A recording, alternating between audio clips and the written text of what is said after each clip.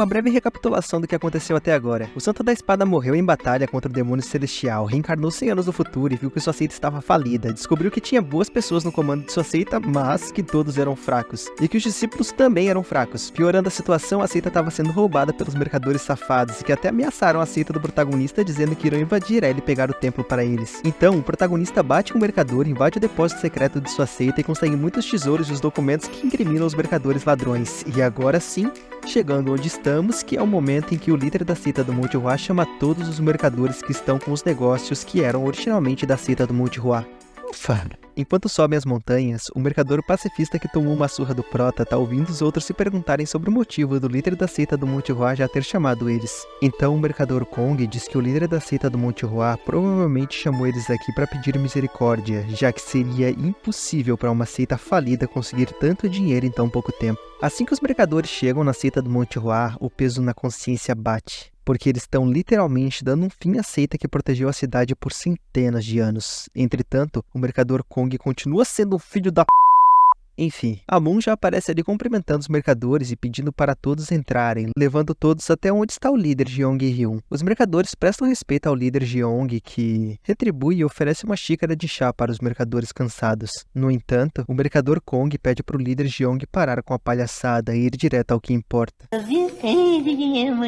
Ceboso! Nessa hora, o líder Jeong fala que tentou contatar várias pessoas, mas que não conseguiu o dinheiro todo. E o mercador Kong, safado oportunista, diz arrogantemente que já deu mais que o tempo necessário para o líder Jeong juntar o dinheiro. E dito isso, o líder Jeong responde que consegue pagar por uma parte, e implora para que algum dos mercadores aceite adiar a data do pagamento, pelo bem da seita do Monte Ruá, que construiu e manteve a cidade segura por centenas de anos. Chung Myung estava vendo toda aquela situação e tentando entender a cabeça do líder Jeong. Afinal, agora eles têm o dinheiro para pagar todos, e então, por que o líder Jeong está agindo como se ainda estivesse falido? Ele até tem um livro que declara que boa parte dos negócios da cidade pertence à seita do Monte Ruá, então por que ele está agindo assim? Enfim, o mercador Kong diz ser incapaz de adiar ainda mais a data do pagamento, mas ele é interrompido pelo líder Jeong, que diz não estar falando só com o mercador Kong, mas sim com qualquer um que seja gentil o suficiente para adiar a data do pagamento. O mercador Kong então questiona se o líder Jeong seria capaz de pagar os mercadores que não adiarem a data do pagamento, e o líder Jeong responde que sim.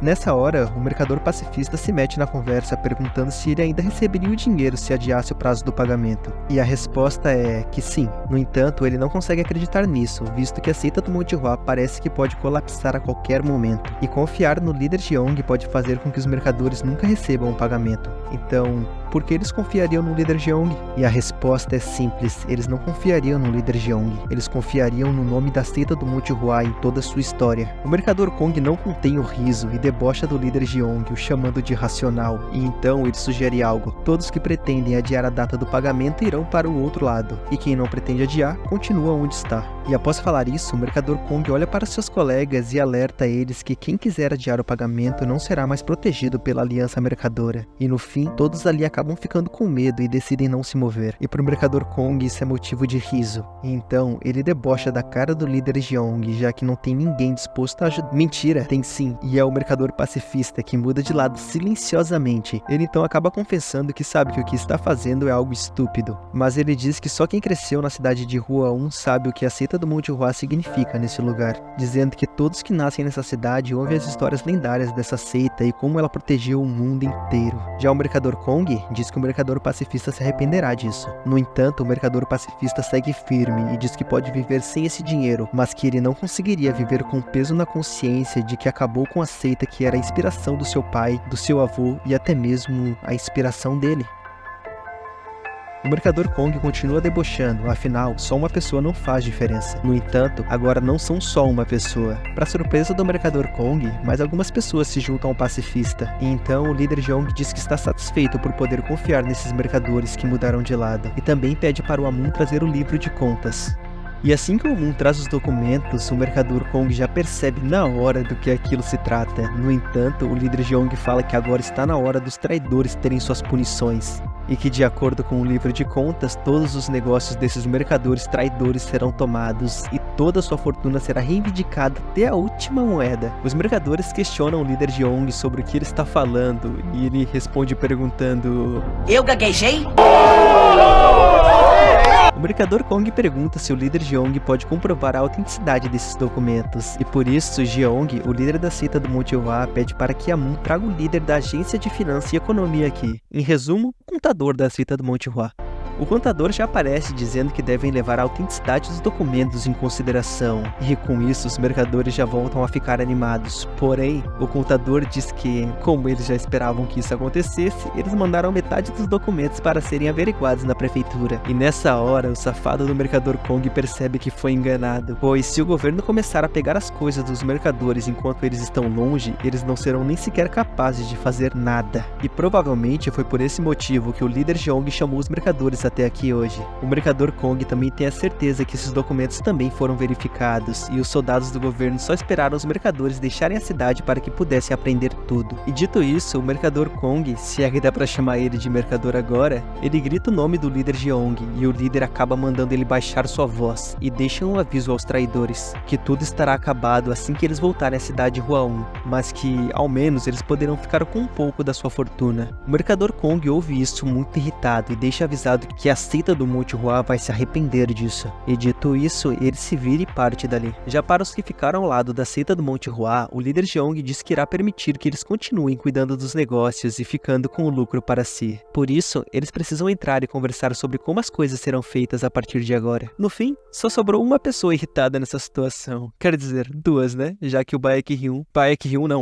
é da outra obra. Já que o Chung Myung também tá full pistola com o líder por ele ter deixado os mercadores safados ficarem com um pouco da fortuna deles. Um dos mercadores que tiveram seus negócios tomados acaba ficando zangado com o mercador Kong e o questiona sobre o que farão agora que confiaram nele e perderam tudo. O mercador Kong então responde que podem sim confiar nele, afinal, aqueles documentos muito provavelmente são falsos e foram forjados pelo líder Jeong. No entanto, os outros mercadores dizem que a prefeitura Hua-1 diz que era legítimo e também concordam que o conteúdo parecia legítimo. Já o mercador Kong diz que é só eles pedirem para alguém de uma cidade mais importante dizer que aqueles documentos são falsos. Não, tá na porrada. Dá vontade de dar uma bicuda no computador, cara. Isso é, até que o mercador Kong é interrompido e sim, é o ladrão anão que ataca novamente. Agora sim vai ficar bom. O mercador Kong manda o ladrão sair, dizendo que ele não vai entregar sua fortuna. E o Chung Mil, quer dizer, o ladrão anão fica muito irritado, pois a fortuna é dele e não desses mercadores ladrões. E dito isso, o mercador percebe que o ladrão anão é um membro da seita do Monte Hua, e por isso ele manda seus guerreiros de escota atacarem o protagonista. Na luta de antes, o prota lutou contra uns 5, mas agora são 9 contra 1. Não, são 10 contra 1. Os 10 guerreiros de escotas estão indo pra cima, mas parece que o protagonista conseguiu fazer isso antes deles, e agora só sobram 9, 8, 7...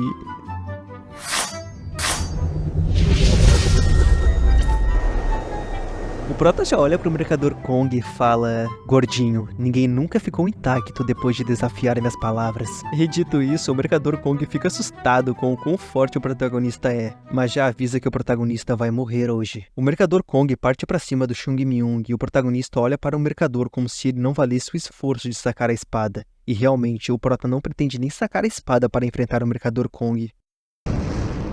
Chung Myung desvia do golpe que acaba atingindo o chão, e o mercador Kong acaba ficando surpreso com os movimentos do protagonista. Mas mais do que isso, ele fica irritado com o olhar do protagonista, e ele pretende fazer o Chung Myung mudar sua expressão. Dito isso, ele parte novamente para cima de Chung Myung para o seu ataque apenas com a bainha da espada, e só com uma mão, e faz isso antes que o mercador Kong consiga liberar sua energia, fazendo com que aquele poder destrutivo fique acumulado dentro do corpo do mercador, e isso se chama refluxo de energia. Chung Myung acaba dizendo que tudo aquilo é inútil, o que acaba irritando o mercador, fazendo com que ele se prepare para dar um chute, que é realmente poderoso. No entanto, o protagonista facilmente se esquiva e, para surpresa do mercador Kong, Chung Myung aparece atrás dele. Ele então reage instintivamente com um golpe que é bloqueado antes que a energia saia do seu corpo, e ele acaba tendo outro refluxo de energia, e pelo jeito isso dói muito. O mercador Kong lança outro chute, que é facilmente desviado novamente, e de maneira bem preguiçosa, para falar a verdade. Chung Chung Myung acaba dizendo que cansou de brincar, então pergunta ao mercador Kong por que alguém tão forte como ele é apenas um mercador. O mercador então responde que é só pelo dinheiro, e o Chung Myung continua falando que alguém tão forte poderia ganhar muito dinheiro de outras maneiras. O mercador Kong começa a dar desculpas, dizendo aquele papinho clichê do vilão quando é derrotado ou descoberto. Mas o prota já interrompe ele falando que já conhece esse papinho, e então o protagonista só decide fazer mais uma pergunta para o mercador Kong,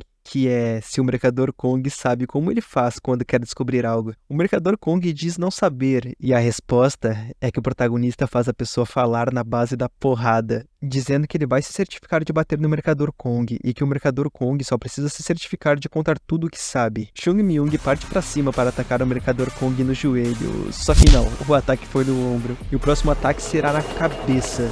Só que não, acertou o pescoço, deixando o mercador Kong sem nem entender nada. A partir daí, o mercador Kong só apanha e finalmente tem o que merece, né? Até que, finalmente, o prota saca sua espada e muda seu olhar.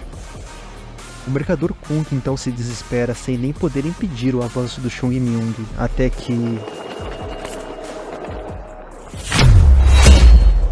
galera, o mercador Kong tá vivo e foi ele que atacou o protagonista, mas o Chung Myung tá bem e percebe que esse ataque que o mercador Kong usou é uma técnica da seita das Ilhas do Sul, e o nosso protagonista odeia essa seita. Chung Myung então percebe que o mercador Kong é na verdade um membro da seita das Ilhas do Sul e que se infiltrou nessa cidade para destruir a seita do Monte Hua, e o mercador Kong não consegue nem falar nada de tanto medo que tá. Chung Myung acaba só reclamando que a seita das Ilhas do Sul está tão desonrosa quanto era 100 anos atrás, mas que ele não pode negar que hoje em dia essa seita está forte. O mercador Kong, que só estava ouvindo, acaba ficando irritado e junta coragem para falar que a seita do Monte Hua está fadada a sucumbir, já que podem até ter dinheiro agora, mas que eles não têm as antigas técnicas de artes marciais e que sem isso, uma seita não consegue se manter viva. Esse cara gosta de brincar com a morte, né? Só pode. Aqui tem coragem. Chung Myung acaba questionando quem foi que disse que a seita do Monte Hua perdeu suas técnicas antigas. E após essa olhadinha aqui, acho que vocês já sabem o que aconteceu, né? Enquanto o protagonista bate no mercador Kong, ele lembra que 100 anos atrás ele solava todo mundo da seita das Ilhas do Sul, e que apesar de serem vistos como seitas rivais, a seita das Ilhas do Sul sempre era humilhada ao enfrentar a seita do Monte Hua. Chung Myung acaba pedindo pro mercador Kong se levantar, pois já que ele mostrou aquela técnica da palma pro prota, o prota vai retribuir mostrando outra coisa. Tá, mas o que o protagonista quer com isso? Ele quer que o mercador Kong diga para a pessoa que o enviou até aqui exatamente tudo o que ele viu. E após o prota dizer isso, o mercador Kong fica muito surpreso, pois o Chung Myung está movendo sua espada muito rápido. E quando ele decide ver o que o protagonista está fazendo, Chung Myung lança um ataque com uma das técnicas da espada da seita do Monte Hua. O mercador Kong encolhido levanta sua cabeça novamente e agora sim ele vê o resultado da técnica de espada da grande seita do Monte Hua. Uma técnica perigosamente linda, chamada de 24 movimentos da flor de ameixa, chuva de flores. E eu não preciso nem dizer o que aconteceu com o mercador Kong depois disso, certo? Bom, ao menos ele não morreu, já o protagonista tá bem perto disso por continuar usando as técnicas que precisam de energia interna mesmo depois de ter usado toda a sua energia para abrir a porta do depósito secreto. Enfim, Chung Myung acaba chamando os outros mercadores que estavam por perto e após reunir todos, ele então pergunta quem quer ser espancado antes de ser liberado. Obviamente, ninguém fala nada, até que o protagonista pergunta quem quer ser liberado sem precisar ser espancado. E eles quase começam a brigar entre si para serem liberados. Dito isso, o prota acaba liberando eles e eles nem hesitam, saem correndo na mesma hora, até que o protagonista manda eles pararem de correr e os chama de burros, pois se eles fugirem agora, quem é que vai carregar as carroças? No fim, Chung Myung faz todo um plano para esses mercadores aí trocarem suas coisas por dinheiro de papel e entregar para ele. Daí eles até perguntam o que aconteceria com quem tentasse fugir. Então o protagonista fala que, primeiro, eles não têm dinheiro fora o que está na carroça, e segundo, eles podem até tentar, mas é melhor fugirem para outro continente. Daí eles acabam desistindo de tentar fugir, né? No fim, o nosso protagonista acaba com o bolso cheio de dinheiro e fica todo feliz. Aposto que ele vai gastar tudo com cachaça. Enfim, o vídeo fica por aqui. Se assistiu até agora, me diz algo que não ficou tão legal, para que eu possa melhorar. Enfim, tchau, tchau. Enquanto o protagonista se vingava dos mercadores safados, os outros discípulos estavam tranquilos em um riacho. Lá tava o Jogu lavando sua roupa depois do treino matinal, enquanto via os outros discípulos ali reclamando que estão treinando muito pesado. No entanto, o Jogu tá cada vez mais satisfeito, pois ele pensa que agora sim eles estão parecendo um grupo de artistas marciais de verdade. O Yeonjong também aparece ali e percebe o que o Jogu estava pensando, então ele diz que também está satisfeito agora que eles realmente parecem artistas marciais. Eles até riem ao lembrar que antigamente, ao invés de treinar, eles ficavam descansando até dar o horário de voltar para o dormitório. Só que alguém mudou isso tudo, né?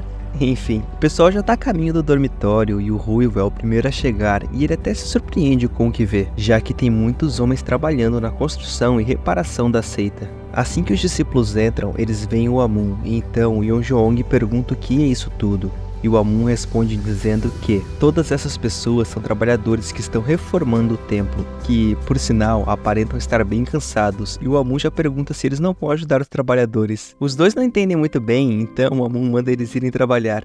E bom, eles vão, né? Fazer o quê? Já mais tarde no refeitório, os discípulos estão tudo assim, porque tem um frango top na janta. Eles até falam que nunca tinham comido carne ali na seita e então já começaram a comemorar que a seita agora tá rica. Eles até brindam com a carne e enquanto agradecem ao nosso protagonista por ter achado todo aquele ouro. Depois do jantar, Jogu e Yeonjong estão lá fora, falando que o jantar estava ótimo e também que eles até receberam outro conjunto de uniforme. O Yeonjong até dá um sorrisinho e então o Jogu pergunta o que ele tá pensando. E bom, o Yeonjong tá pensando que ter dinheiro é ótimo, e nisso eu tenho que concordar com ele. Eles até comentam que nunca tinham visto o Amun dar um sorriso, mas que do nada o Amun deu esse sorrisão aqui. E ainda dizem que dinheiro não compra felicidade. Os dois continuam conversando sobre o que devem fazer agora, e o inteligente Yeonjong diz que eles devem se preparar para o futuro, já que agora a seita do Monte Hwa recuperou suas antigas técnicas de espadas secretas, e também comentam que isso tudo é graças ao nosso protagonista, que atuou muito mal nessa cena aqui, pois até os outros discípulos perceberam que o protagonista estava só encenando. O Jogu até se questiona como o protagonista conseguiu tudo isso, mas o Yeonjong também não sabe. Ele acrescenta que só sabe de uma coisa, que precisam se preparar para o futuro criado pelo nosso protagonista Chung Myung. O Jogu diz que o Jong não precisa se preocupar, já que ele, o Jogu, era o mais forte antes do Chung Myung aparecer. E falando no Chung Myung, o Jogu pergunta onde está o protagonista. E bom, o líder da seita tinha chamado o Chung Myung para conversar, e é na sala do líder que o Chung Myung está agora. O líder Jeong Hyun diz que quer recompensar o Chung Myung por achar aqueles tesouros, e diz que pode devolver alguma parte da fortuna para o Chung Myung. No entanto, o prota diz que não está interessado no dinheiro, e o líder já fica todo contente pensando que o protagonista entende o caminho de uma pessoa taoísta. Mas o prota tá pensando que ele já tem muito dinheiro no armazém secreto, e por isso ele não quer mais. O líder insiste em uma recompensa e até diz que pode permitir que o protagonista aprenda uma técnica avançada, só que o prota novamente recusa, o que deixa o líder Jeong realmente surpreso. Então, para não parecer muito suspeito, o protagonista diz que recusa, pois deve ter algum motivo dos ancestrais ensinar as técnicas em uma certa sequência. Mas a verdade é que o Chung Myung já sabe todas as técnicas mesmo. O prota acaba pensando sobre o que ele quer e sobre como ele poderia ser útil para a seita do Monte Hwa. Então, ele tem uma ideia. Ele precisa de liberdade e pensando nisso, ele pede para ter permissão de ir ao distrito Hwa-1. E para quem não se lembra, Hwa-1 é a cidade que fica logo abaixo do Monte Hwa. O líder Jeong questiona o porquê desse pedido, e o protagonista responde dizendo que deixar de explorar o mundo é algo que limitaria seu crescimento, e essa resposta coloca o líder Jeong para pensar. E então, o líder dá seu veredito, dizendo que o protagonista fez algo que realmente merece tal recompensa, mas que isso seria injusto com os outros discípulos, já que sair do monte vai contra os regulamentos da seita. Portanto, pedido negado. E dito isso, Chung Myung precisa voltar a pensar no que pedir, e então ele se lembra de uma coisa que pode ser útil, já que ele está todo acabado depois de usar seu Ki verdadeiro do alvorecer violeta. Ele diz que seu corpo tá fraco, e o líder Jeong diz que isso é visível. O Chung Myung acrescenta que seu Ki interno está danificado, e o líder Jeong também sabe disso. E por esse motivo, o Chung Myung pede algumas pílulas da vida, e o líder Jeong fala, pílulas da vida? O Chung Myung explica que seriam ótimas já que restauram a saúde, e dito isso, o líder da seita chama a atenção de todos ali para anunciar seu veredito final. O Chung Myung já fica todo contente já que vai receber as pílulas, e o líder Jeong fala que a partir de agora, Chung Myung tem autorização para ir ao distrito Hwa-1 quando ele quiser.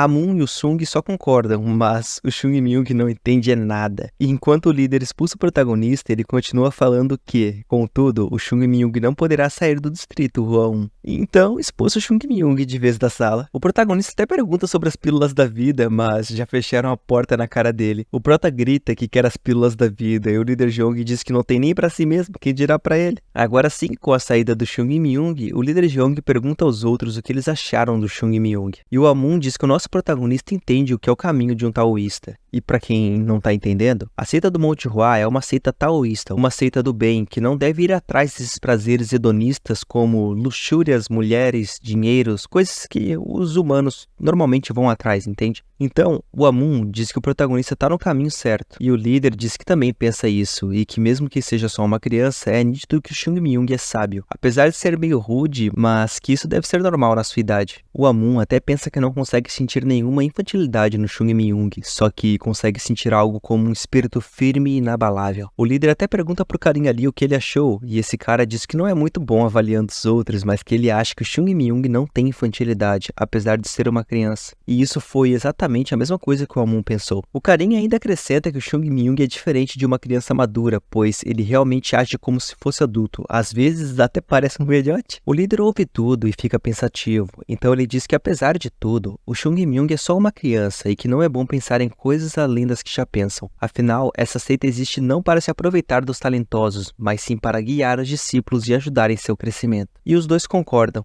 O líder Jeong pergunta para o Amun como está o andamento da construção, e o Amun diz que está indo tudo bem. E ó só, estão até colocando calçamento na área de treino. Muito bom, muito bom. E pro outro carinha ali, o Hyun Sung, o líder fala para ele interpretar os novos livros de técnicas recém-adquiridos, e para que possa tirar dúvidas e guiar os discípulos. E o Hyun Sung responde que vai fazer isso com cuidado para não cometer nenhum erro. E agora sim, o líder Jeong terminou de falar, e com isso o Hyun Sung pensa em relatar algo, pois os livros estão estranhamente novos para livros que ficaram guardados por mais de 100 anos, e que também haviam muitas marcas de tintas, quase como se quem os escreveu estivesse fazendo isso às pressas, e que talvez isso fosse uma armadilha de alguém. Mas, bom, ele mesmo viu que todos os livros são reais, então não deve ser uma armadilha, o que significa que alguém está ajudando a seita do Monte Hua. Entretanto, o Hyun Sung decide não comentar nada.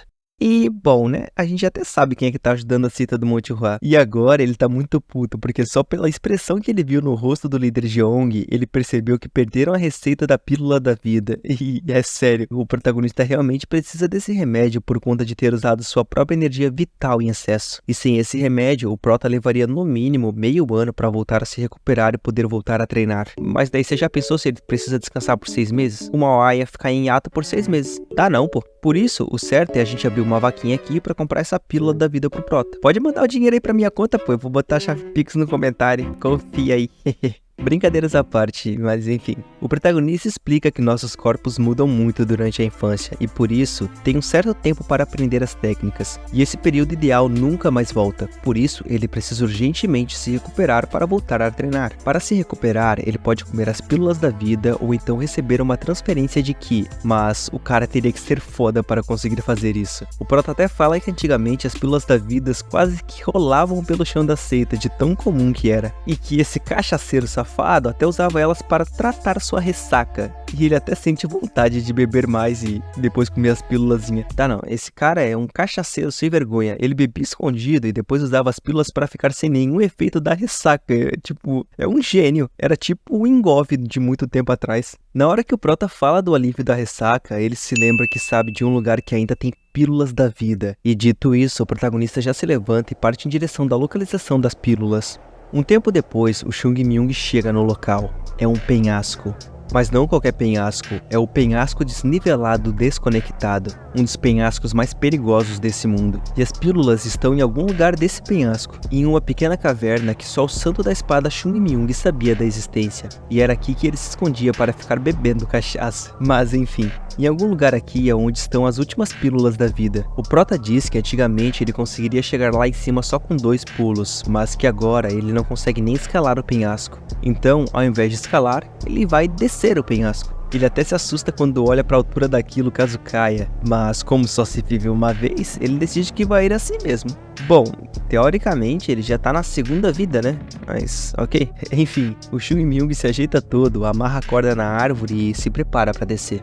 Enquanto desce, ele já vai prestando atenção para não cair do penhasco desnivelado ou desconectado. Afinal, como o nome sugere, o penhasco tem um desnível absurdo e as pedras de apoio não são bem conectadas. E dito isso, o Prota apoia seu pé em uma pedra que, felizmente, não se desconecta, mas seu pé desliza. Então, o nosso Chung Myung cai do penhasco. Ele já se desespera porque sabe que vai de base, mas ele tá pendurado pela corda. Ainda bem que ele amarrou bem a corda antes de descer. Enfim, o Chung Myung tá para ser arremessado na parede, então ele se prepara reunindo seu Ki e consegue se segurar na parede. No entanto, o braço esquerdo dele quebra, fazendo assim com que ele não conseguisse mais se segurar, e o Prota só fica puto porque o corpo dele é muito fraco. Contudo, ao menos ele caiu perto da entrada do esconderijo. Bom, eu não chamaria isso de perto, porque ele tá aqui e a entrada tá lá. O Prota começa a se balançar para pegar um bom impulso e pular na entrada da caverna. E dito isso, ele acumula o impulso suficiente e pula. Ou quase, né? Porque a corda arrebenta antes de ele pular, deixando ele sem nem entender nada. Então, enquanto cai, ele já tenta se segurar na parede do penhasco com o braço que sobrou. Só que agora ele quebrou foram os dedos. Por isso, ele acaba caindo. E com muita sorte, ele caiu na entrada da caverna, mas rolou pra fora e tá prestes a cair de vez desse penhasco. Até que a corda se prende no meio das pedras, segurando o pequeno Chung Myung, o impedido de cair dessa enorme altura. Agora sim, o Prota sobe na entrada da caverna e ele até começa a xingar o santo da espada da flor de ameixa, dizendo que esse cara só pode ser doido para usar uma caverna aqui como esconderijo. Mas ele para de xingar o santo da espada quando ele lembra que ele mesmo é o santo da espada. Enfim. Agora ele tá aqui e já dá até pra ver uns panos cobrindo algumas coisas ali no fundo. E embaixo do pano tem o final do vídeo. Mas relaxa que sábado já lança o próximo vídeo dessa obra. Tenha um bom dia. Opa, bom! No último vídeo o protagonista tinha acabado de conseguir por pouco chegar nesse local aqui, ó. O esconderijo do Santo da Espada de 100 anos atrás. Ou seja, o esconderijo dele mesmo, né? E pra quem não viu como ele chegou até aqui, eu vou deixar o vídeo anterior aí no card agora. O card fica aqui no canto superior da tela, tá? Enfim, o protagonista estava prestes a mostrar o que estava por debaixo desses panos aí. Que além de muita poeira, ali tem também... que rufem os tambores, uma mesa, um colchão no chão, uma esfera que brilha e um baú. E pelo jeito, esse cristal de luz custa muito dinheiro. Já abrindo o baú velho de madeira, tem outro baú menor ali dentro e uns jarros que, conhecendo o nosso protagonista, isso só pode ser cachaça. Nesse baúzinho é onde deve estar as pílulas da vida, e logo quando ele abre esse baúzinho, uma fragrância de flores de ameixa toma conta de todo o local. E ali tem até algumas pílulas da flor de neve, que é muito mais cara que a pílula da vida. E com tudo isso, o nosso protagonista fica doido de vez. O Prota até pede desculpa pro antigo líder da seita, mas fazer o que, né? Agora é só ele comer essas pílulas. E ele decide começar com a pílula da flor de neve. Apesar de aparentar ser só mais uma pílula, ela é especial porque ela é capaz de dar energia interna para aqueles que a consomem. Ela derrete só de entrar em contato com a boca, é como se ela fosse feita só de energia e isso causa uma sensação muito confortável. Mas bom, o nosso protagonista não tem tempo para aproveitar essa boa sensação, ele tem que absorver toda essa energia. O Prota então começa a se concentrar na energia e tenta impedir que toda essa energia se espalhe. Você se lembra que o protagonista quase foi de base após usar toda a sua energia vital, certo? E essa pílula pode ajudar ele a recuperar sua energia vital e voltar o seu fluxo de energia ao normal. Mas, para isso, ele tem que ficar com a parte mais pura da energia. Isso faz com que sobre pouquíssima energia da pílula. Mas, bom, é só essa energia pura que ele pode colocar dentro do seu Dantian para conseguir regenerar sua energia vital que estava quase colapsando totalmente. Após todos os pequenos fragmentos preencherem as lacunas do núcleo do Dantian dele, o núcleo do protagonista se restaura e então isso acontece. A energia se expande para fora do corpo do nosso protagonista em todas as direções violentamente. O Chung Myung tá até flutuando no ar e eu ainda não entendi o que tá acontecendo com ele, mas parece estar sentindo muita dor. Estando completamente envolvido por essa energia, o nosso protagonista luta para manter todo esse poder sob controle e depois de algum tempo, ele finalmente consegue. Agora sim, o protagonista tá fodão. Até os ossos quebrados dele estão cicatrizando. E não só isso, porque os ossos e também todo o seu corpo estão mais resistentes agora. Nem ele consegue acreditar que as pílulas foram tão efetivas assim. Até mesmo as impurezas estão sendo expulsas do seu corpo. O único problema é que seu coração não para de acelerar, pois ele está tendo um refluxo de Ki.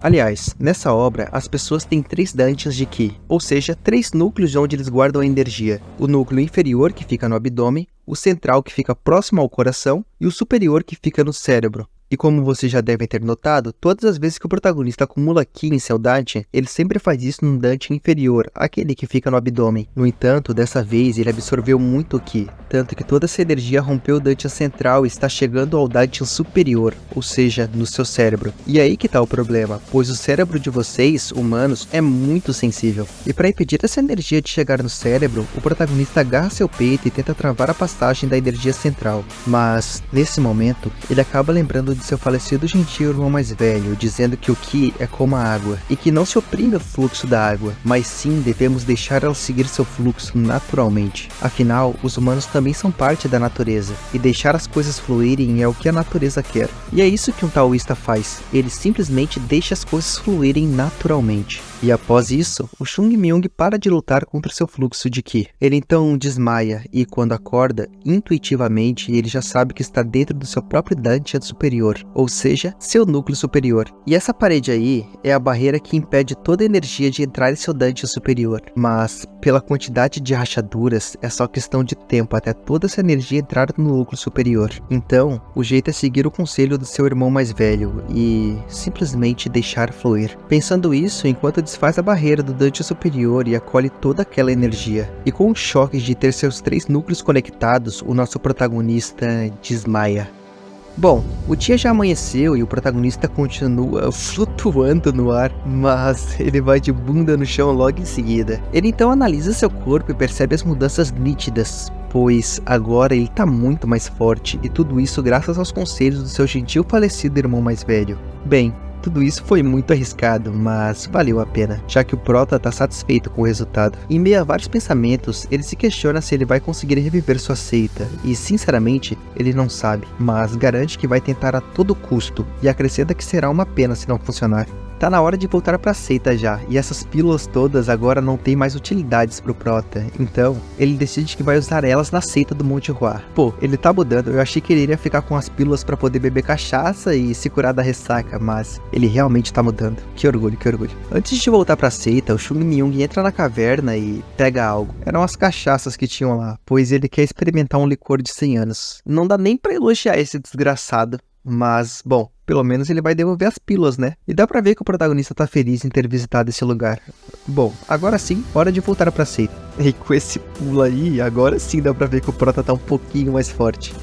E caraca, que vista bonita, pô. Muito bom, muito bom. O Chung Myung já aterrissa e fica satisfeito com sua evolução. E até ele para pra aproveitar um pouco da sua vista ao redor. Ele já aproveita e respira fundo esse arzinho fresco. Ele não consegue nem sentir o cheiro do ar, só o fedor do corpo dele mesmo. Já tá amanhecendo e na seita do Monte Hua, os garotos acabaram de acordar para iniciar seus treinos. O pessoal já tá reclamando sobre eles estarem treinando demais e até mesmo comentam que o Chung Myung parece estar todo acabado. E de alguma forma, até se espalhou um rumor sobre o Chung Myung estar com problema em sua energia interna. E também dizem que o Chung Myung tá faltando treino por estar muito fraco. Ou seja, ele não é mais o invencível Chung Myung, agora ele foi reduzido a isso aqui, ó. Os discípulos até começam a fazer um plano para deter o Chung Myung. Enquanto isso, o Ruivo Jogu e o mais velho Yun Jong só observam toda aquela situação. Até que a porta do dormitório de repente se abre, com uma luz impossível de não se ver, e no centro de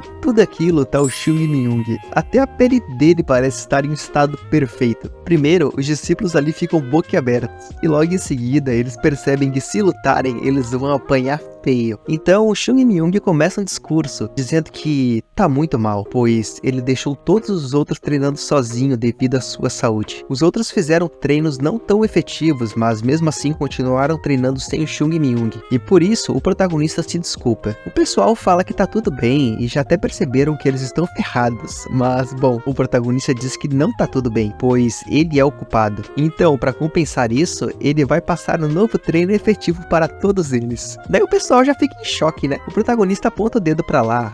Sim, para aquela montanha, e diz para os discípulos correrem. Eles não entendem nada, então Chung Myung diz que a metade mais lenta deles terá que subir a montanha outra vez. O pessoal ali já fica incrédulo, mas o Yoon-jong e também o Jogu já saem correndo. E agora sim o pessoal lá de baixo parece começar a entender a situação. E como ninguém quer ter que subir a montanha de novo, todos começam a correr. Bom, e isso tudo porque o protagonista ouviu que os discípulos queriam se rebelar contra ele. Engraçado é que eles preferem subir a montanha ao invés de lutar com o protagonista e tomar uma surra. Enfim, o prota reflete que já existiu várias pessoas que eram consideradas mais fortes do mundo, mas que só uma pessoa não consegue assegurar o futuro de uma seita. Em outras palavras, para a seita ser forte, todos nela devem ser fortes. E é por isso que o protagonista está treinando todos os discípulos de terceira classe. E para incentivar eles a subirem mais rápido, o protagonista grita que o último que chegar lá não vai comer o café da manhã. Bom, finalmente o sol nasce na seita do Monte Hua, e os discípulos parecem estar completamente cheios de energia, ó. Confia. Bom, tá todo mundo acabado, menos o Yoon-jong, e o Jogu até ficou surpreso com isso, e confesso que eu também não esperava ver o Yoon-jong de pé. Eu esperava ver o Jogu, já que ele é o mais forte. Só que o Yoon-jong não permaneceu de pé por ter muita força física, mas sim por ter muita força mental. Enquanto isso, o Chung Myung apelão tá dizendo que o treino dele tá leve demais e tá até pedindo para os outros darem seus pesos para ele. E ainda fica bravo quando vê todo mundo nesse estado. Ele até fala que na época dele as crianças tinham mais forças de vontade. O Chung Myung larga seus pezinhos, já que depois eles voltarão a treinar, e se fugirem vai ser pior. Novamente no refeitório, o pessoal não consegue nem comer porque treinaram pesado demais. Então, alguns deles até chamam pelo Yoon-jong e perguntam para ele se ele não acha que os treinos estão pesados demais. É nítido que o Yoon-jong também está cansado, mas ele pede a opinião do Jogu antes de tomar qualquer decisão. O Ruivo acaba pensando no que dizer e então fala que definitivamente os treinos estão cada vez mais pesados, ao ponto que eles não estão nem conseguindo aguentar, mas ele acrescenta que o maldito, o Chung Myung sabe o que está fazendo. Então, ele sugere que sigam com isso por mais um tempo. E se nada mudar, o Yoon-jong e o Jogu falarão com o maldito, o Chung Myung pessoalmente. O pessoal ali já fica animado e o Yoon-jong diz que se nada mudar, ele vai ser o primeiro a se opor ao Chung Myung. Já no seu quarto, o Ruivo está completamente exausto e mesmo que ainda seja de manhã, ele capota na cama. Infelizmente, ele acorda com a voz de um demônio. Não, é a voz do Chung Myung. E o nosso protagonista tá ali pra dar algo ao Jogu. O Ruivo até tá com a cara de sono, mas mudou de expressão na mesma hora, pois ele sabia que aquilo era uma lendária pílula da vida. O Chung Myung diz pra ele ser mais silencioso, e o Ruivo diz que seria melhor o Prota usar a pílula em si mesmo. Só que o Prota responde que o Jogu precisa disso mais do que ele, e acrescenta que é pro Jogu manter isso em segredo. E dito isso, o Jogu já imagina que o Chung Myung é um santo. Ele até se sente mal por ter pensado que o Chung Myung era um demônio, mas, bom, isso aqui não é o sorriso de um santo não. Enfim, o Jogu come a pílula e o Chung Myung o ajuda com todo o ki da pílula da vida. Aliás, é mostrado também que a caixa onde estavam as pílulas agora está completamente vazia. Suspeito, hein? Muito suspeito. Já deu o horário do treino com o grande Sasuke e o pessoal tá tudo treinando, e eles estão com a pele brilhando igual quando Chung Myung tinha comido a pílula da vida. Suspeito, muito suspeito. Enfim, o treinador Ungun, ou pros mais chegados, que nem eu, né? O grande Sasuke está impressionado com a evolução dos discípulos de terceira classe, pois desde a ponta da espada até os movimentos mínimos do pé, os discípulos estão muito melhor em tudo. Nessa hora, o grande Sasuke até lembra do pedido do Chung Myung, quando o Prota pediu permissão para treinar os discípulos por um mês. Ele até olha para o Chung Myung enquanto pensa que só pode ser por conta dos treinamentos matinais. Enfim, o grande Sasuke elogia e elogia ainda mais todos os discípulos, e diz que se continuarem assim, será pulado todas as etapas do treino e eles poderão aprender uma técnica de espada mais cedo que o esperado. Daí os discípulos já ficam todos agitados e contentes com a própria evolução, e quem parece estar mais satisfeito que eles é o próprio grande Sasuke. Subitamente, o líder Jeong aparece ali chamando pelo Ungun, e chama o Ungun para conversar num canto. O que o líder da seita quer falar é que eles têm um problema, pois no livro da técnica de espada do equilíbrio que o Chung Myung encontrou, para ser mais exato, no final do livro, tem uma mensagem dos antigos líderes da seita que afirmavam que é bom atualizar e aprimorar as artes marciais da seita. Contudo, nunca devem mexer na técnica de espada do equilíbrio, já que ela é a base de toda a seita do Monte Hua, e mudar essa técnica é o mesmo que mudar a essência da seita. Bom, É por isso que o líder Jeong veio até aqui, afinal, ele e o grande Sasuke decidiram abandonar a técnica antiga do equilíbrio para criar uma mais atualizada. Só que de acordo com o livro, isso é completamente errado. O líder veio até aqui para saber qual a opinião do grande Sasuke, e o Ongun diz que os passos dos ancestrais é o caminho que eles devem seguir, e também eles criaram a nova técnica porque eles viram que a seita logo desapareceria. Mas agora as coisas mudaram e o Ongun pergunta ao líder se ele ainda acha que a seita não tem futuro e que ainda é melhor aprender uma técnica fácil de dominar ao invés dos ensinamentos dos ancestrais. O líder Jeong até pensa no dinheiro que eles têm agora, mas ainda assim eles não têm um futuro estável e por isso ele responde que não pode dizer qual técnica é a melhor. E após isso, o grande Sasuke diz então que ele é contra usar a técnica dos ancestrais, já que ela requer uma base firme e também muita seriedade, e acrescenta que é tarde demais para os discípulos da geração atual desenvolver essas características. Nesse momento, o líder observa os discípulos e percebe que, na verdade, eles têm sim uma base firme e também muita seriedade. E o líder até elogia o grande Sasuke por treinar eles tão bem. Mas, bom, o grande Sasuke pensa que ele nem fez nada e também ele sabe que é um causador disso tudo. É o Chung Myung. E visto isso, o grande Sasuke Ongun pede licença ao líder e diz que precisa conversar com Chung Myung. E então, ele chama um melequento. Ele chamou o protagonista aqui para perguntar o que ele prefere, algo lento e alto ou algo rápido e certeiro. Qual dos dois parece o melhor para a seita do Monte Hua? E a resposta do Chung Myung é que é melhor ir alto. E quando questionado sobre o porquê de ele achar isso, ele diz que simplesmente é porque se trata da seita do Monte Hua. E se eles quiserem se reerguer e ganhar o respeito que existia no passado, eles precisam se comprometer a chegar no topo. O líder Jeong até fica surpreso, já que o Chung Myung já até sabia sobre o que aquela pergunta se tratava.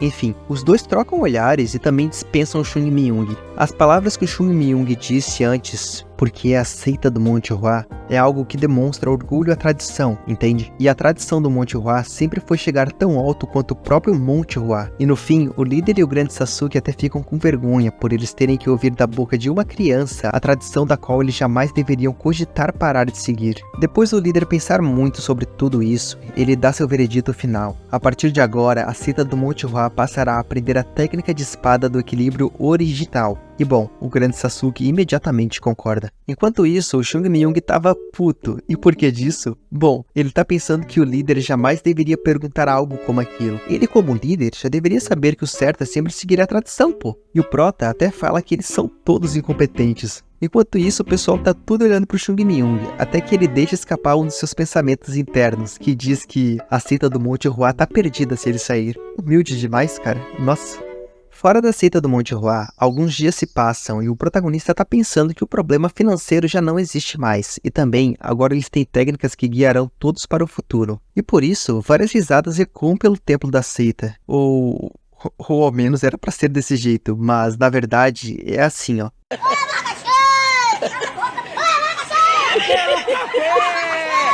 Bom, o nosso prota conversa com o Ruivo e pergunta se o Jogu é mesmo filho da família de mercadores mais rica do continente. Só que o Jogu desmente toda essa história e diz que ele é só filho de uma família pequena de mercadores mesmo. Aliás, o que está acontecendo ali é que os discípulos do Monte Hua estão administrando alguns dos negócios que antes eram dos mercadores safados. Só que, bom, pelo jeito não tá dando muito certo isso não. E por isso que o Chung Myung veio até o Ruivo perguntando se ele era de uma família de mercadores, pois eles precisam de alguém para administrar isso. E o Jogu diz que se contratar alguém para cuidar dos negócios, esse alguém certamente levaria todos os lucros. Então, o Chung Myung diz que eles precisam cuidar dos negócios eles mesmos. Mas, bom, o Ruivo já refuta essa ideia, pois se os discípulos de ingênuos fossem comprar algo de um mercador experiente, o mercador certamente os enganaria. E no fim, a seita do Monte Hua provavelmente acabaria assim, ó.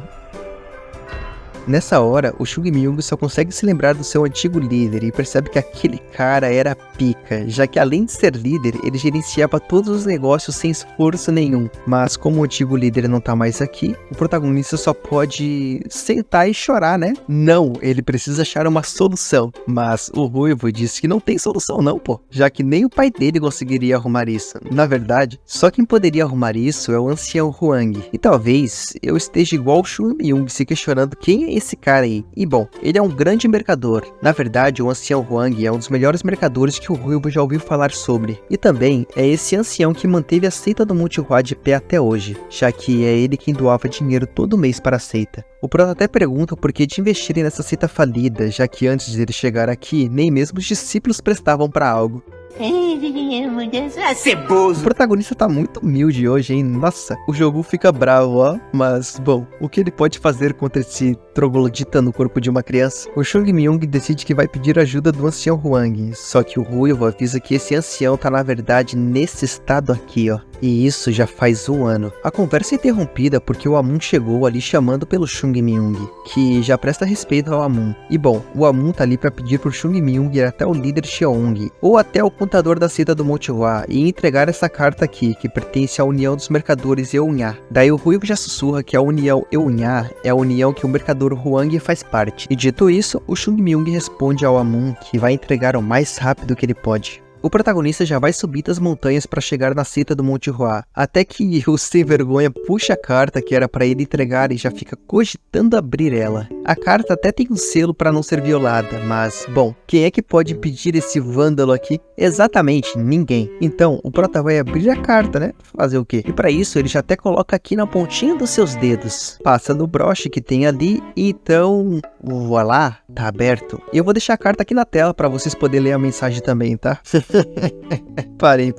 Em resumo, quem escreveu a carta foi o filho do ancião Huang, já que o ancião tá inconsciente e tá quase indo de base. O ancião tá apresentando alguns sintomas como seu ki ficando incontrolável e sua pele ficando vermelha. E também, uma mancha preta apareceu na testa dele. E após ler isso, o protagonista só consegue imaginar uma pessoa que conseguiria fazer isso. Uma pessoa não, um demônio. Afinal, o demônio celestial havia avisado que aquela batalha no início do vídeo 1 não seria a última que eles lutariam, quase como se soubesse que o Chung Myung queria ressuscitar. E então, será que o demônio celestial também ressuscitou? Opa, bom. O último vídeo tinha acabado com o protagonista olhando a carta escrita pelo filho do ancião Huang. Esse aqui, ó, que tá acamado com uma doença que era causada pela seita do demônio celestial. Enfim, o filho do ancião Huang tá pedindo ajuda a todos aqueles que conhece para que possam tratar seu pai adoecido. E quem conseguir ajudar, obviamente vai ganhar uma excelente recompensa. O Chung Myung já fica bravo só de imaginar que isso tudo é coisa da seita do demônio celestial. Então, após colar o broche de novo, ele parte correndo em direção à sua seita. Afinal, ele quer muito aquele dinheiro, ele quer muito salvar o ancião Huang. Ao cair da noite, os discípulos que estavam na cidade finalmente chegam no topo do Monte Hua, e alguém já tá gritando pelo nome do Yonjoong. É o Jogu, que tem algo urgente para mostrar ao Yonjoong, e dito isso, os dois saem correndo igual uns retardados. Chegando no quarto, em cima da cama, tem uma carta que foi escrita pelo Chung Myung. E nessa carta, o nosso protagonista diz que ele vai ficar fora por alguns dias e pediu para o Ruivo e também o Joong inventar uma desculpa do porquê ele está faltando o treino. E ainda acrescenta que se eles pararem de fazer os treinos matinais, eles vão receber outra lição especial. E essa carta deixa o Joong puto, e é a primeira vez que eu vejo ele bravo. O Ryuba até questiona o Joong sobre o que eles têm que fazer e, bom, o Joong diz que é melhor os dois manterem segredo dos outros e rezar para que ninguém sinta falta do Chung Myung. Enfim, mas pro Joong, o mais preocupante é que o protagonista saiu assim do nada, ou seja, ele vai aprontar alguma coisa. Um pouco distante dali, tava o Chung Myung correndo rápido como um míssil. Ele tá correndo faz um tempinho já, mas ele decidiu parar só agora que ele já correu 150 km. Ele correu tudo isso aqui, ó, mas ele ainda tá reclamando que tá muito fraco e que no auge dele ele conseguiria atravessar uma montanha só com um pulo. O cara era pelão demais. Apesar de tanta reclamação, ele ao menos chegou nessa cidade, e o nome dessa cidade aqui é Província de Shanxi. Enquanto o protagonista olha para essa imensa cidade com céu estrelado, ele acaba tendo lembranças nostálgicas de quando ele era só um discípulo de segunda classe. E como sempre, em suas lembranças ele tá bebendo cachaça, até que alguém cruza seu caminho e esbarra nele, fazendo com que o bem mais valioso do Chung Myung caia no chão: a cachaça. E quem fez isso foi esse cara aí da seita das Ilhas do Sul, aquela mesma seita que o protagonista odeia. O cara até fala que sentiu um cheiro de ameixa podre próximo dali, e que pelo jeito era o cheiro do nosso protagonista. Os três figurantes ali continuam rindo do protagonista e ofendendo a seita do Monte Hua, que é representada por flores de ameixa que crescem no topo do Monte Hua. Depois dos retardados falarem muita bosta sobre a seita do Monte Hua, o retardado principal ali ainda diz que vai dar uma lição no prota. E dito isso, o Chung Myung já lança a cachaça dele no ar. E o trio da seita das Ilhas do Sul olha rapidamente para o jarro vermelho, e nessa hora, o protagonista se movimenta ainda mais rápido que o jarro que está no ar. E um de cada vez, ele atinge todos os 3, para no fim ainda pegar a cachaça no ar e deixar um rastro de caos no caminho que ele passou. E depois disso, o prota ainda saiu bebendo como se nada tivesse acontecido. Brabo demais. Naquela época, era muito normal que acontecesse batalha entre os membros das duas seitas, a seita das Ilhas do Sul e a seita do Monte Hua, já que a seita das Ilhas do Sul fica na província Shanxi, e a seita do Monte Hua fica na prefeitura Taihua, cidades vizinhas. E o protagonista adorava isso. Ele sempre solava alguns caras e às vezes era uma dúzia e às vezes formava uma pilha de corpos. Mas bom, ao menos eles eram muito persistentes. Mas dessa vez, o protagonista diz que não vai brigar com ninguém. Confia. Na casa do ancião Huang, médicos o visitam e veem seu estado, mas, no fim, ninguém diz ser capaz de curar o ancião. Ao menos, esse doutor diz que isso não é veneno e que deve ter uma causa que ainda não foi revelada. O filho do ancião Huang já está desesperado e acaba até assustando o doutor por agir desse jeito. Após ser deixado sozinho com seu pai, ele lamenta muito o fato que, apesar de ter muito dinheiro, ele não consegue achar ninguém que cure seu pai, e lamenta novamente por seu pai ter vivido uma vida inteira ajudando os outros, e no fim de sua vida, ficar 1 ano sofrendo por conta de uma doença desconhecida. O mundo é injusto, e ele sente muita raiva disso. Alguém aparece ali dizendo que vai entrar no quarto. Essa pessoa se chama Marcel, e é o ancião da seita das Ilhas do Sul. O Marcel pressiona o jovem mestre ali, dizendo que está na hora de aceitar a situação e permitir que faça um ritual para tratar o pai dele. No entanto, o jovem mestre recusa. O Marcel pressiona ainda mais o jovem mestre, que segue recusando enquanto diz que vai esperar responder todas as cartas que ele enviou. E então, o Marcel chama o jovem mestre de incompetente e inútil. Mas o jovem mestre só pode aceitar isso, já que esse velho é o ancião da seita das Ilhas do Sul, uma das 10 grandes seitas de todo o mundo. E o jovem mestre não aceita que faça um ritual com seu pai porque irão cobrar muito dinheiro. E por mais que dinheiro não seja o problema, a seita das Ilhas do Sul está pedindo pagamento antes que o ritual seja feito. Ou seja, eles não têm confiança de que conseguem salvar o ancião Huang, pois se o ancião Huang fosse de base, eles não receberiam o dinheiro, e por isso eles precisam receber antes do pagamento. Realmente faz sentido. Um serviçal aparece ali e avisa que alguém da seita do Monte Hua apareceu. O jovem mestre até fica incrédulo, pois a carta deveria ter chegado lá a noite passada. E eles já mandaram alguém aqui? Já o Marcel questiona se aquela seita do Monte Hua que está caindo aos pedaços. Então, o Marcel tenta convencer o jovem mestre de que é perca de tempo se encontrar com alguém da seita do Monte Hua. Só que o jovem mestre diz que ao menos ele deve mostrar a cortesia e receber quem está disposto a ajudá-lo. O serviçal guia o jovem mestre até onde está o convidado. Chegando lá, o serviçal abre as portas e então o jovem mestre cumprimenta respeitosamente o convidado e se apresenta, dizendo que se chama Gui Huang. Então, vou chamar ele de Guilherme Huang. Bom, o Guilherme até pede desculpas pela falta de hospitalidade e o Chung Myung diz que tá tudo bem. O Guilherme até fica confuso porque tem uma criança em sua frente e por isso ele pergunta se o Chung Myung veio com mais alguém. Mas não, o protagonista veio sozinho e ainda fala que conhece o método para salvar o ancião Huang. E o sem vergonha ainda acrescenta que já gostaria de ver qual a recompensa que ele vai ganhar por salvar o coroa. O Guilherme não sabe nem o que pensar sobre isso que acabou de ouvir. Já o Marcel aparece ali dando risada e dizendo que realmente não valia a pena ouvir alguém da seita do Monte Hua. O Chung Myung até pensa que realmente errou em não levar essa situação a sério, então ele tardiamente se apresenta. E acrescenta que ele veio até aqui, pois a seita do Monte Hua tem uma ideia de qual doença está afetando o ancião Huang. O Guilherme até questiona se isso é mesmo verdade, e o Chung Myung confirma, dizendo que sim. O Guilherme até desconfia do nosso protagonista, mas ele não tem mais em quem confiar, então ele decide, só que ele é interrompido pelo Marcel, que acusa o Chung Myung de ser um pirralho golpista. E bom, o protagonista não gostou nem um pouquinho disso, e então pergunta quem é esse cara de sapo aí pra chamar ele de pirralho. E o cara de sapo ainda pergunta se isso foi pra ele. Então, o prota pergunta se mais alguém aqui, além do cara de sapo, chamou ele de pirralha. E é óbvio que o cara de sapo não gostou. Mas bom, o protagonista então pergunta se o Marcel sabe como curar o ancião Huang.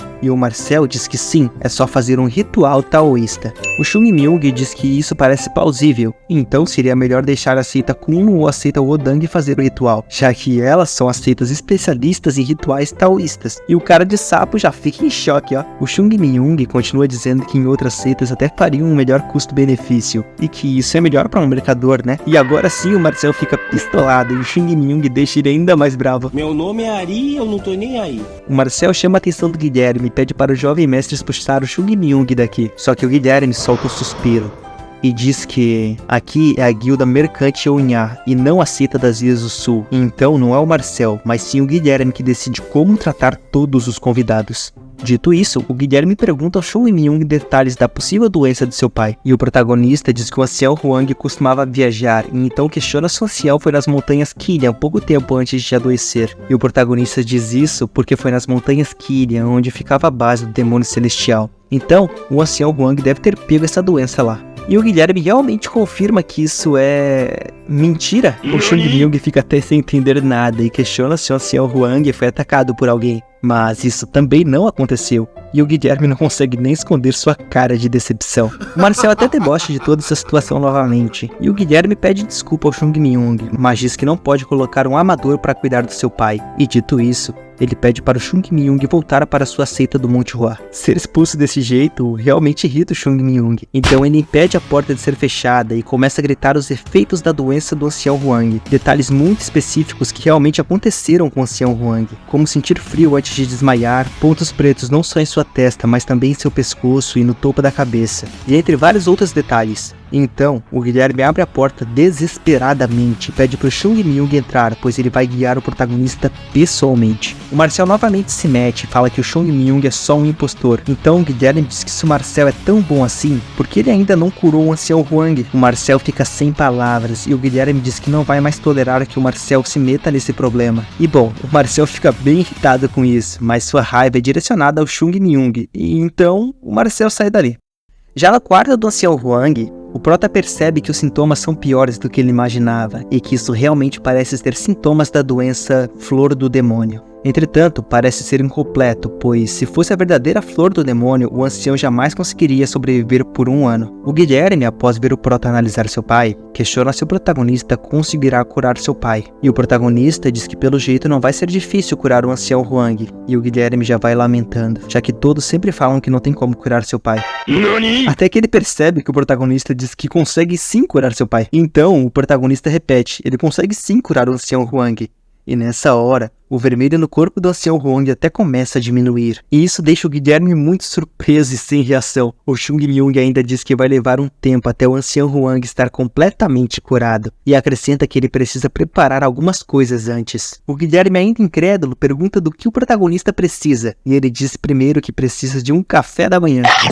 Enquanto Chong Ming vai esvaziando as vasilhas de comida, o Guilherme questiona o que o protagonista precisa. E o prota diz que não precisa de nada demais, só se alimentar mesmo, já que ele vai usar muita energia para curar o ancião Huang. O prota até elogia a comida daqui. Enquanto isso, o Guilherme Huang se questiona se realmente pode confiar no protagonista. Até que do nada, o Chong Ming começa a falar algo sério. Ele diz que tratar o ancião Huang não é a parte difícil, pois difícil mesmo é descobrir como ele ficou doente daquele jeito. E dito isso, o protagonista pergunta se tem alguém que é muito próximo do ancião Huang, alguém que ficava perto dele sempre que ele comia e dormia, alguém que estava sempre junto dele. O Guilherme diz que tirando ele, tem pelo menos mais 5 mercadores assim, pois todos serviam seu pai. Então o Guilherme pergunta o porquê disso, e o Chong Ming responde que se o ancião Huang não sofreu nenhum ataque de fora, então alguém de dentro o atacou.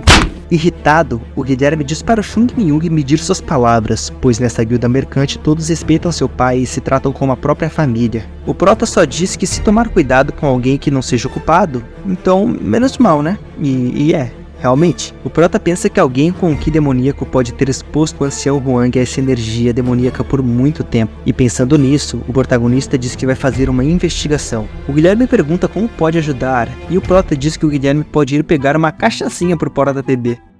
Em algum lugar próximo dali, o Marcel tá full pistola, pois além de alguém da seita do Monte Hua aparecer, esse alguém ainda tem o mesmo nome do antigo santo da espada da Flor de Ameixa. Um discípulo de segunda classe também tá ali, e ele é o Song Baek Lee, mas eu vou chamar ele de Gabriel. O Marcel tá full pistola, diz que o Chong Ming não merecia o título de santo da espada. O Gabriel acaba lembrando que sempre que falam da seita do Monte Hua, os anciões ficam bravos, ainda mais quando falam do santo da espada que já morreu há quase 100 anos. O Gabriel até diz pro ancião Marcel não deixar isso abalar ele, afinal, o protagonista não conseguiria curar o ancião Huang, certo? No entanto, o ancião Huang tá melhorando, e eles não podem deixar a seita do Monte Hua curar o ancião Huang, senão, o ancião Huang nunca vai deixar a seita do Monte Hua passar por problemas financeiros de novo. Então, o Gabriel sugere um plano, que um discípulo de segunda classe da seita das Ilhas do Sul tenha uma batalha de treino com o Chung Minhyun, que ninguém iria dizer que isso é perseguição ou algo do tipo, já que todos sabem da rivalidade das duas seitas. E também, como a reunião anual da seita das Ilhas do Sul e da seita do Monte Hua tá quase chegando, não seria estranho eles terem uma lutinha de treino agora. No entanto, o ancião Marcel diz que não permite que toquem no Chung Minhyun e diz que vai punir quem encostar naquela criança, pois ele é só um discípulo de terceira classe. Então Gabriel desgraçado diz que se alguém desobedecer o ancião Marcel e acabar dando uma surra no Chung Minhyun, esse discípulo será punido pelo ancião Marcel, certo? E o Marcel diz que é isso mesmo, e o Gabriel diz que vai manter isso em mente. E agora que eu entendi. Esses safados sem vergonhas estão querendo armar pra cima do nosso protagonista Chung Minhyun. Olha só, como pode. O Marcel entende porque os discípulos atuais não temem a seita do Monte Hua, já que eles nasceram quando a seita do Monte Hua já estava muito fraca. Mas quando o Marcel era jovem, a seita das Ilhas do Sul não tinha a menor chance contra o Monte Hua. E essa situação só mudou por conta do ataque que a seita sofreu após acabarem com o demônio celestial. Então peraí, eu não tô entendendo, porque não faz sentido o Marcel, que tem no máximo 60 anos, quando jovem, lembrar que a seita do Monte Hua era mais forte que a seita das Ilhas do Sul, porque ainda não tinha sofrido o ataque do demônio celestial. Então na real, o ataque à seita da Monte Hua aconteceu há 50 anos mais ou menos, é isso? 50, 40? Não faz sentido isso. De todo modo, eles precisam se esforçar ainda mais para impedir que as coisas voltem a ser como eram antigamente. E quando ele voltar para sua seita, ele vai falar com seu líder para tentarem acabar com a seita do Monte Hua de uma forma diferente. Aliás, você lembra que o mercador Hong era da seita das Ilhas do Sul, né? Sim, aquele gordinho oportunista safado. Ou seja, a seita das Ilhas do Sul tá tentando fazer o que for necessário para acabar de vez com a seita do Monte Hua.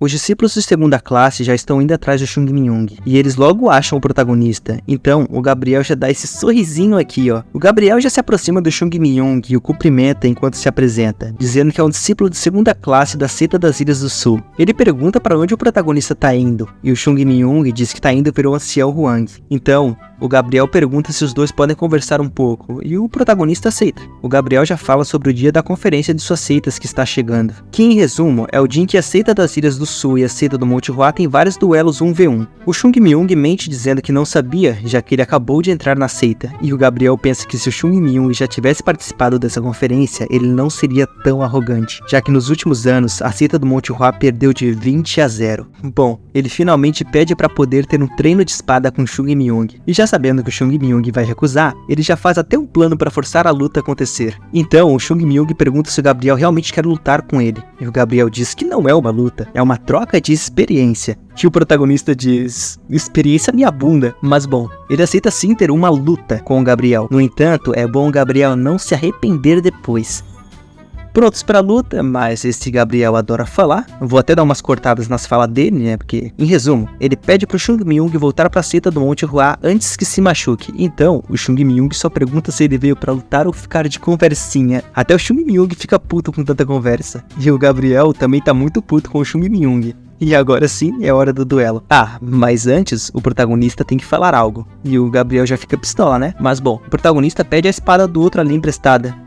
Lá ele. O pessoal até fica incrédulo com aquilo, mas bom, o Gabriel pede pro outro ali emprestar a espada logo, mas só porque não pode ter boatos de que ele espancou alguém mais novo e desarmado. Pronto, agora sim ele tá bonitão. O Gabriel até pergunta se o prota não vai sacar a espada, só que o protagonista não pretende mandar ninguém pro céu hoje, então ele vai lutar desse jeito. E com isso, o Gabriel não aguenta mais ter que esperar para dar uma surra no Chung Minhyun, e o prota só fala que eles não têm o dia todo para ficar batendo papinho não, pô.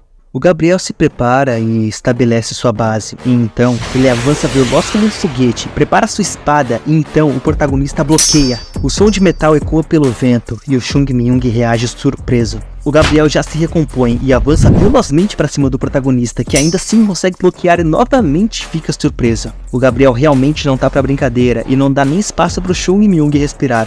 Eles trocam golpes e surpreendentemente o protagonista tá aguentando. Então o Gabriel prepara mais um ataque, colocando toda a sua força em suas mãos e partindo para cima do protagonista. Ele então lança seu ataque e o protagonista conseguiu novamente refletir isso. O Gabriel tá ofegante e o protagonista parece estar cada vez mais surpreso. Então, o Gabriel percebe que o Chung Min-young tá prevendo a direção de todos seus ataques. O Gabriel parte para cima novamente, dessa vez rasgando o vento. O protagonista se prepara para defender. Então, o Gabriel muda a direção do seu ataque e também o Chung Min-young muda sua pose de defesa. E o ataque acaba resultando nisso. O Gabriel fica surpreso e o Chung Min-young se afasta. O Gabriel fica tão incrédulo que se zanga com isso e acaba liberando seu Ki, formando uma tempestade de vento ao seu redor. E o que o Gabriel está preparando é uma técnica que, segundo ele, é uma lâmina que, se estendida, pode cortar até mesmo o mundo. Seita das Ilhas do Sul, técnica de espada dos 36 movimentos, um por todos. O garoto diante chama pelo Gabriel, o despertando da fúria e fazendo com que ele libere seu Ki e cancele sua técnica. Então, o restante da técnica atinge a espada do Chung Min-young e o Gabriel fica aliviado por ter cancelado a técnica. Mas o Chung Min-young voa em direção à parede, se chocando com a parede, se machucando muito. Então, ele cai no chão. Nem o garoto de antes e nem o Gabriel entendem o que aconteceu. Só é possível ver que o Gabriel está ali armado com uma espada, enquanto o Chung Min-young está lá no chão, em um estado muito lamentável. O outro garoto ali já aparece gritando enquanto pergunta o que o Gabriel fez com o Chung Min-young. E o Gabriel diz que não fez nada. Bom, vendo desse ângulo aqui, não parece que ele não fez nada. O Gabriel fica preocupado enquanto olha para o seu colega, que pega o Chung Min-young ferido em seu colo. Ele tem certeza que retirou todo o seu Ki da espada, e o Gabriel também pensa que o Chung Min-young estava aguentando tudo. Lá ele. Mas, de repente, o Chung Min-young sofreu muito dano e acabou nesse estado aqui. O prota parece estar muito machucado e o garoto ali fica muito assustado, porque ele acha que mandaram um jovem garotinho jogar no Vasco. E nessa hora, o Gabriel percebe que não importa quem veja isso, ele vai ser taxado como culpado. Então, alguém realmente aparece ali e o Gabriel já fica com o cu na mão. É sério, não passa nenhuma agulha. E quem apareceu ali tá vendo essa cena aqui, ó. Bom, quem tá ali é o jovem mestre Guilherme, que quando vê toda essa cena, ele fica com essa reação aqui, ó. Bom, o vídeo de hoje vai ficar por aqui. Com isso, a série do Santo da Espada já tem 2 horas de história. E se gostou dessa história, eu recomendo a história O Vilão Reencarnou, que eu vou postar no dia 30 de dezembro de 2024. Ou então, a história mais popular do canal até agora, que é a história em que todo mundo encolheu. Bom, mas é isso, né? Tenha um bom dia.